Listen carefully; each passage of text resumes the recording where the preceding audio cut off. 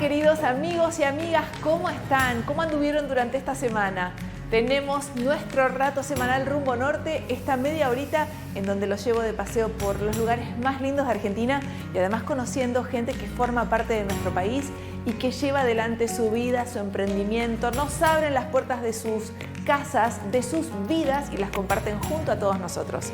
Sean todos y todas muy bienvenidos, así empieza Rumbo Norte hoy.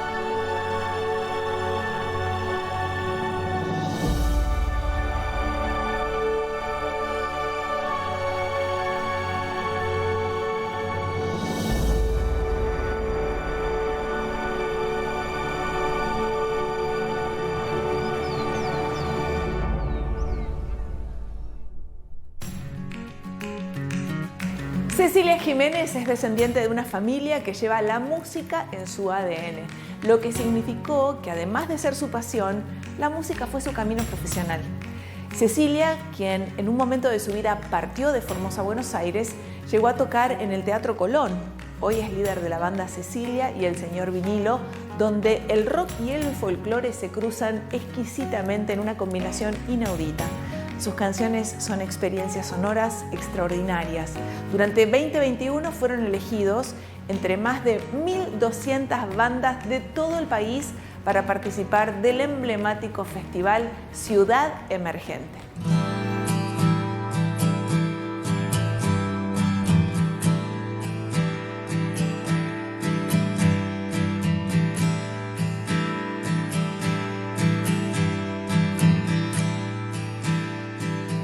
A los 3 años, mi abuelo me regaló mi primera guitarra.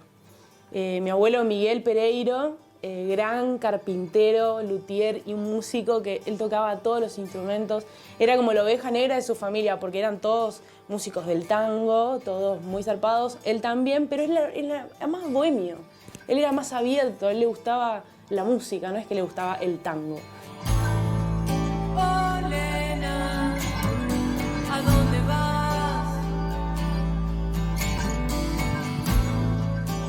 Me acuerdo de estar en la carpintería siempre y el abuelo me pasó mis primeras notas. Era hacer eso, me reacuerdo. Y era sentarnos abajo del mango con el loro perico ahí y escucharlo él tocar. Y también en casa ensayaban mucho, no en casa, perdón, en la casa de mi abuelo, en la carpintería estaban mi tío Miguel Pereiro, Abel Tesoriere, que es un gran guitarrista, formoseño también viviendo en Buenos Aires, y los Arriazu, que también son los músicos de la hostia. Claro, me pasé todas las siestas de mi infancia escuchándolos tocar a esos locos. Abren camino para entrar.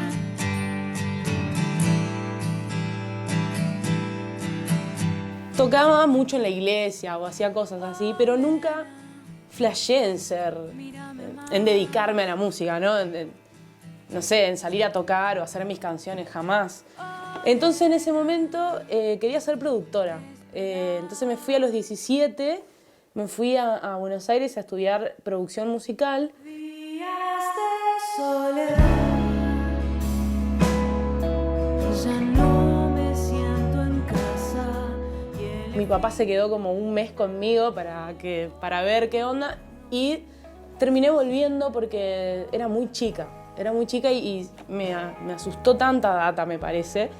Y ahí volví y me fui a estudiar a Corrientes Psicología, porque también me gusta.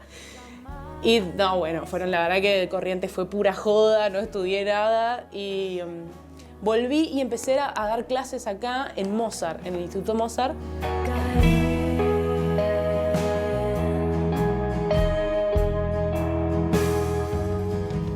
Empecé a dar clases y me di cuenta que no era lo que quería. O sea, no me gusta dar clases, digamos, como Incluso intenté en Buenos Aires tener alumnos, pero era como, no sé, no soy docente, era como, tenía un vínculo con la música, pero no encontraba qué era.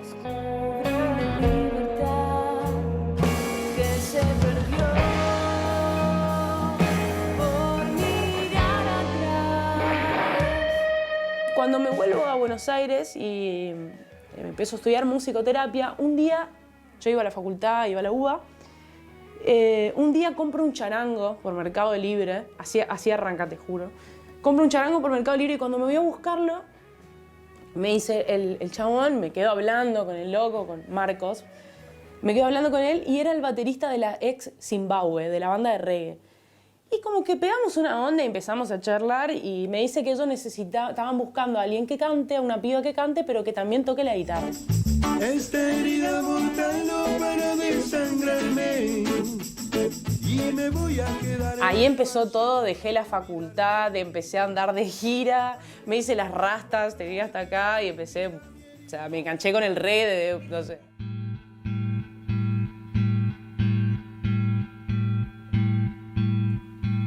Soy como el río que viene. Yo quiero ser rockstar, dije, ya está, esto es lo que quiero. O sea, quiero ir a andar de gira, quiero tocar con mis amigos, comer el asado, todo quería. O sea, me gustó todo eso. O sea, imagínate, no sé, tenía 21, 22, no me acuerdo.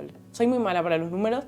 Pero más o menos esa edad, viste que vas a la facu, tenés a lo mejor una rutina. No, yo dejé todo y me fui de gira con estos pibes de 40 años, con un montón de data y claro, ahí arranqué y no paré más.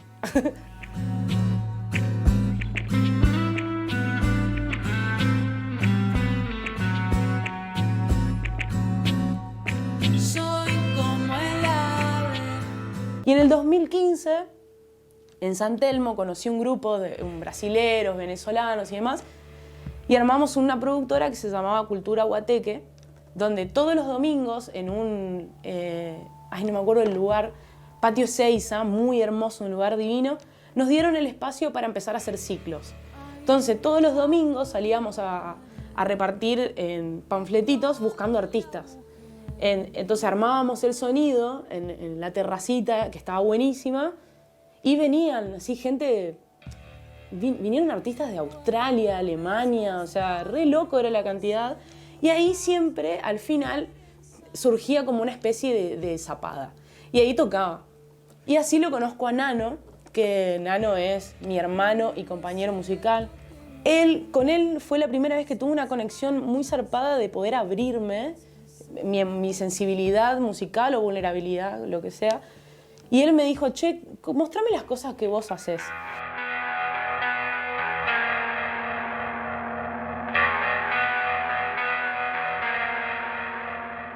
El momento que más disfruto es el escenario, realmente. O sea, me encanta la previa, me encanta el after, me gusta todo de la producción, de armar todo, pero me di cuenta que estando ahí es el lugar donde más segura me siento.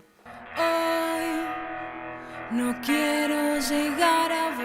Cecilia y el señor Vinilo es una banda de rock de aire setentoso que navega en un universo de matices folclóricos y a su vez coquetea en el delgado límite entre sonidos añejos y actuales. Nació en el 2016, decidimos ponerle nombre. Vinilo era mi gato, un gran compañero que hoy no está, y entonces se formó una especie de señor Vinilo, es como la banda, eso que me apoya, que me acompaña. Y Chechu y señor Vinilo no quedaba tan bueno, así que decidimos poner Cecilia. Todo, absolutamente todo del minuto uno sirvió. Desde la inseguridad, desde los miedos de mis papás y aún así acompañarme hasta el día de hoy. Todo, absolutamente todo eso es muy, muy importante para poder haber llegado hoy acá, estar sentada haciendo esta entrevista. Mi amor, te invito a darle luz.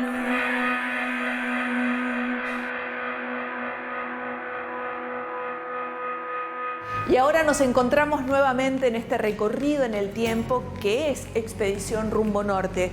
Un viaje para conocer nuestra historia y entender cómo fuimos construyendo la patria.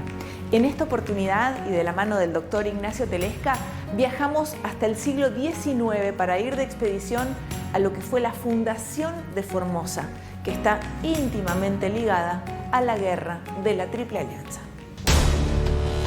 Soy Ignacio Telesca, historiador, profesor en la Universidad Nacional de Formosa e investigador del CONICET. Me he propuesto investigar y analizar nuestra historia para entender nuestra realidad como región. Acompáñame. Conozcamos el pasado para construir nuestro futuro.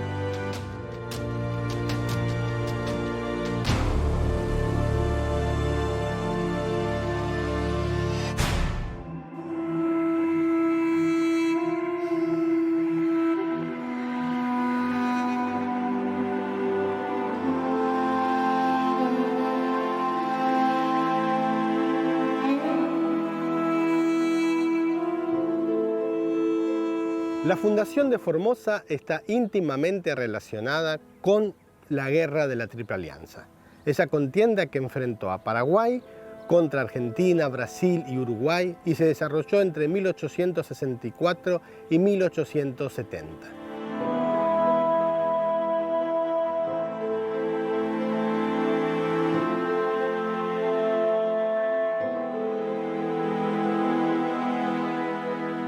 Los límites entre Argentina y Paraguay no estaban definidos todavía. De hecho, en 1852 se intentó hacer un tratado definiendo el río Bermejo como el límite entre Argentina y Paraguay, pero el Congreso argentino no acordó con ese tratado, entonces quedó sin definir. Hay que tener en cuenta que Paraguay siempre hizo uso de este territorio. Ya a fines de la colonia, desde Asunción se creó la misión del Timbó, en lo que hoy es Herradura. Luego, durante el gobierno del doctor Francia, después de la independencia, se crearon 4 fortines en esta orilla del río Paraguay, de los cuales uno de ellos se llamaba Formoso.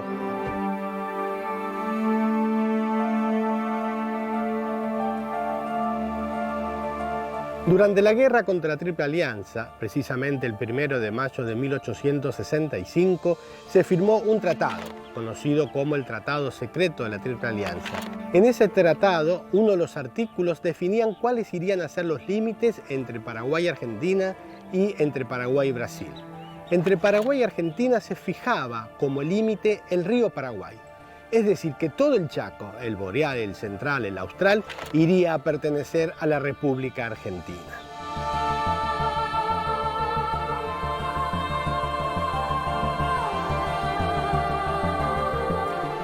La guerra concluyó el 1 de marzo de 1870, cuando fue asesinado el mariscal López, presidente del Paraguay. Pero no concluyó ahí la guerra en sí, sino que las fuerzas aliadas permanecieron justamente en Asunción y en el Paraguay hasta que finalmente se fijaran los límites.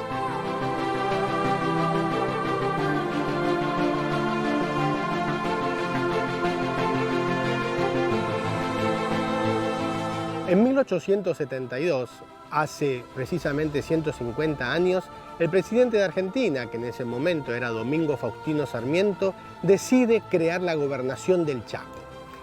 Pone como capital Villa Occidental. Villa Occidental era una población que estaba a 30 kilómetros al norte de Asunción por el río Paraguay. La intención de Sarmiento era generar legitimidad. Es decir, ¿por qué estoy diciendo que todo este territorio le pertenece a Argentina? Entonces creo la gobernación del Chaco. En 1876 finalmente se definen los límites entre Argentina y Paraguay y se toman una serie de medidas que son muy importantes para nuestro caso. Primero, del río Pilcomayo al sur le pertenecería a Argentina. Del río Verde al norte le pertenecería a Paraguay. Y el territorio entre el río Pilcomayo y el río Verde iría a un laudo arbitral. En ese territorio estaba ubicado Villa Occidental.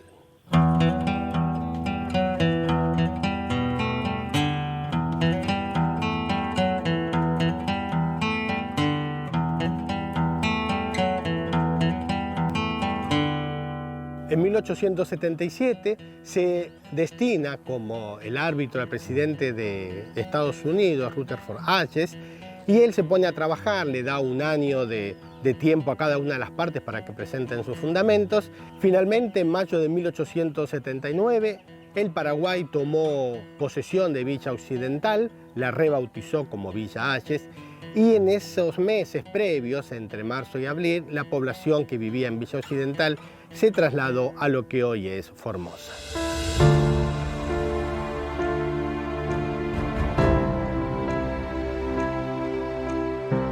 Cuando tienen que decidir dónde radicar la nueva capital, el gobernador en ese momento era el conocido Lucio B. Mansilla. Él le escribe al ministro del Interior en febrero de 1879 lo siguiente: el punto indicado efectivamente es el conocido desde el tiempo de los españoles con el nombre de Punta Hermosa o Formosa. En toda la vasta extensión de costa fluvial, desde la embocadura del Rey hasta la embocadura del Pilcomayo, no hay pedazo mejor ni parecido siquiera. Formosa no era la única opción que tenía el Estado argentino. De hecho, al presidente, que ya era Nicolás Avellaneda, le había llegado la propuesta de establecer la capital en la desembocadura del Bermejo. Es por eso que Mansilla, que pensaba que el Formosa era mucho mejor que la desembocadura del Bermejo, envía nuevamente a Luis Jorge Fontana, que era su secretario, era el segundo en la gobernación, a hacer una expedición por el lugar, a hacer un recorrido, y ciertamente Fontana, que era una persona de ciencia, que era una persona que se había formado en toda la cuestión de la topografía, de la orografía, de la botánica y la zoología, de inmediato se dio cuenta que Formosa era el lugar ideal. Finalmente, Fontana va hasta Villa Occidental, junta a un grupo de soldados, junta a un grupo de gente y descienden en el barco El Resguardo y desembarcan en lo que hoy es Formosa, en la vuelta a Formosa, en la Punta Hermosa que mencionaba Mansilla.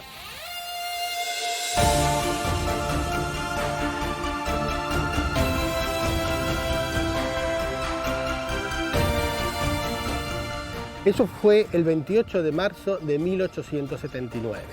Recordemos que todavía no tenían el aval del Estado argentino. Al día siguiente, Fontana se va en el resguardo hacia Corrientes, tenía una misión que cumplir de parte de Mansilla, tenía que ir a controlar qué pasaba en Resistencia y tenía que buscar un grupo de guardias nacionales para regresar a Formosa. En ese mismo momento, Mansilla va hacia Buenos Aires a definir con el ministro del Interior cuál va a ser la ubicación de la nueva capital. Por supuesto, el ministro del Interior concuerda con Mansilla y resuelve que Formosa tiene que ser la capital, la nueva capital de la gobernación del Chaco. Y el 8 de abril de 1879 se redacta el acta de fundación de la ciudad, de la villa de Formosa. La primera población de la villa de Formosa estaba constituida entonces por los que vivían en Villa Occidental, que se trasladaron en estos primeros meses hasta que se entregó la Villa Occidental a Paraguay. A esto se le sumaron inmediatamente un grupo de europeos, migrantes, que llegaron a estas tierras, más los paraguayos, más la población indígena que vivía en la región, que trabajaba en los obrajes madereros. Todos ellos conformaron y le dieron vida a esta villa de Formosa que hoy cumple 143 años.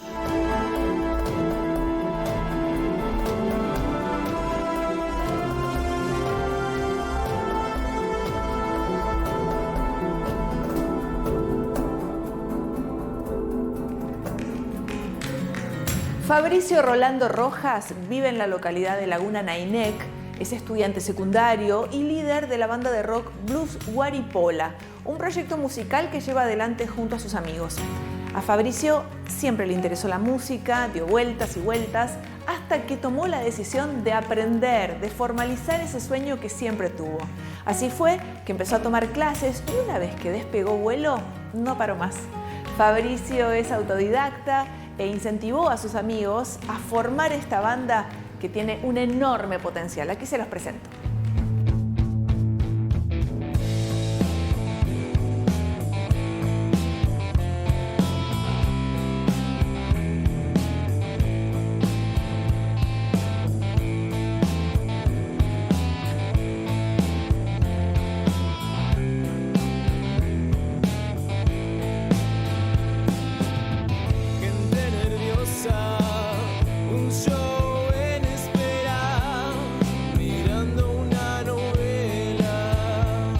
siempre quise inducirme al mundo de la música, pero como que no me animaba. Entonces era como que pegaba vuelta. Era más o menos como una calecita. Y yo quería siempre tocar la guitarra. Siempre me interesó la guitarra clásica. Y ponerle que miraba los dibujitos, qué sé yo, en la tele. Y siempre estaba así, le decía a papá que quería tocar, pero nunca me llegué a animar. Entonces agarro un día cansado ya de todo esto y ponerle que cuando tenía 14 años, me animé y le pedí para mi guitarra. Y ahí me fui con una profesora durante un mes más o menos, fue muy poco tiempo, pero era más que nada para aprender cosas básicas, ¿no? Y después, a partir de eso, con ese conocimiento básico, fui aprendiendo de manera autodidacta. Fabricio Rojas tiene 17 años y la guitarra fue el primer paso que dio en la música. Luego se posicionó como bajista inspirado en bandas como Red Hot Chili Peppers, pero con una gran claridad para crear sus canciones inspiradas en su contexto y su lugar. Podrás probar sin analizar que queda solo un día.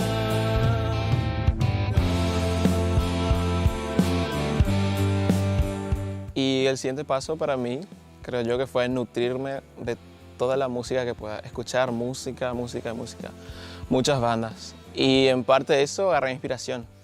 Y yo, por ejemplo, veía, acá entra otro instrumento, el bajo.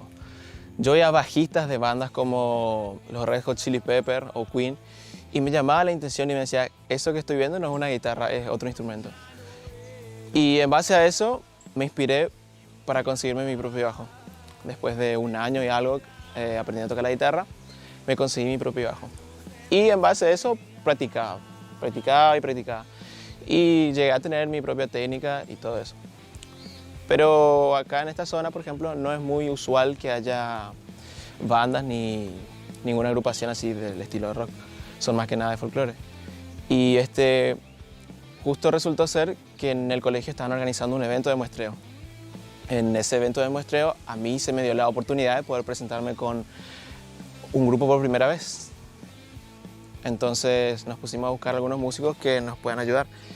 Y encontramos músicos así que también estaban solos, que no tenían la oportunidad de poder formarse.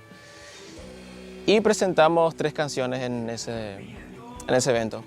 Luego de eso, con los músicos encontramos onda y seguimos con otro proyecto aparte, que se llama Cuerda Viejas, el cual habrá durado máximo unos 6 meses, pero luego se disolvió. Y en esa disolución fue cuando yo y mis 2 compañeros, que son Maxi Miriano Madariaga, Viru, que tiene 15 años, y Naim Muriel Adorno, Oso, también tiene 15 años, formamos Guaripola en base a esa banda que se ha disuelto. Guaripola tiene 13 temas propios y varias presentaciones en shows, pero lo más destacable es su enorme potencial para poder llegar a grandes escenarios, llevando su música a donde quieren.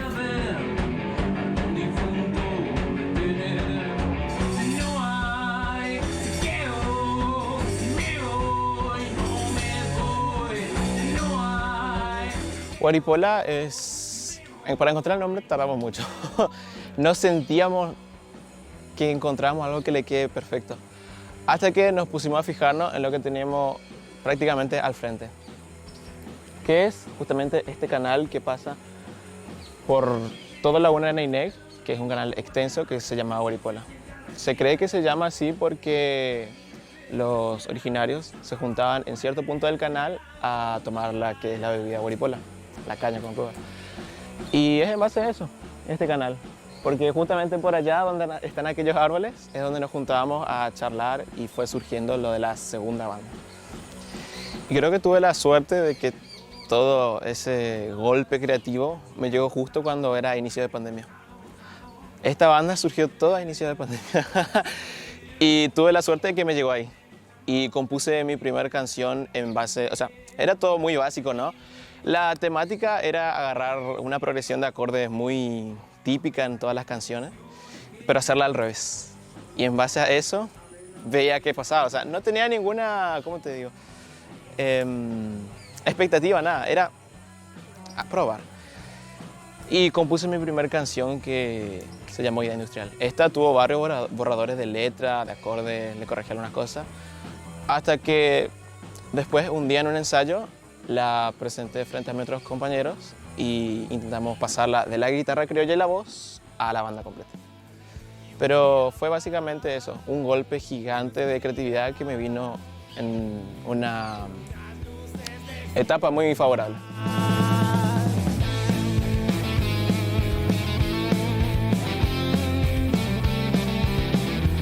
Pasa que las canciones se fueron formando en distintos, o sea, muy separadas una de la otra, en algunos casos, en otros no, y se notan distintas inspiraciones. Podemos encontrar algo un poco más grunge, después rock más clásico, tenemos blues, entre otros géneros. Algo de swing también, pero es como un swing medio pesadito. Así que si te dijera un género en específico, no sabría qué decirte exactamente.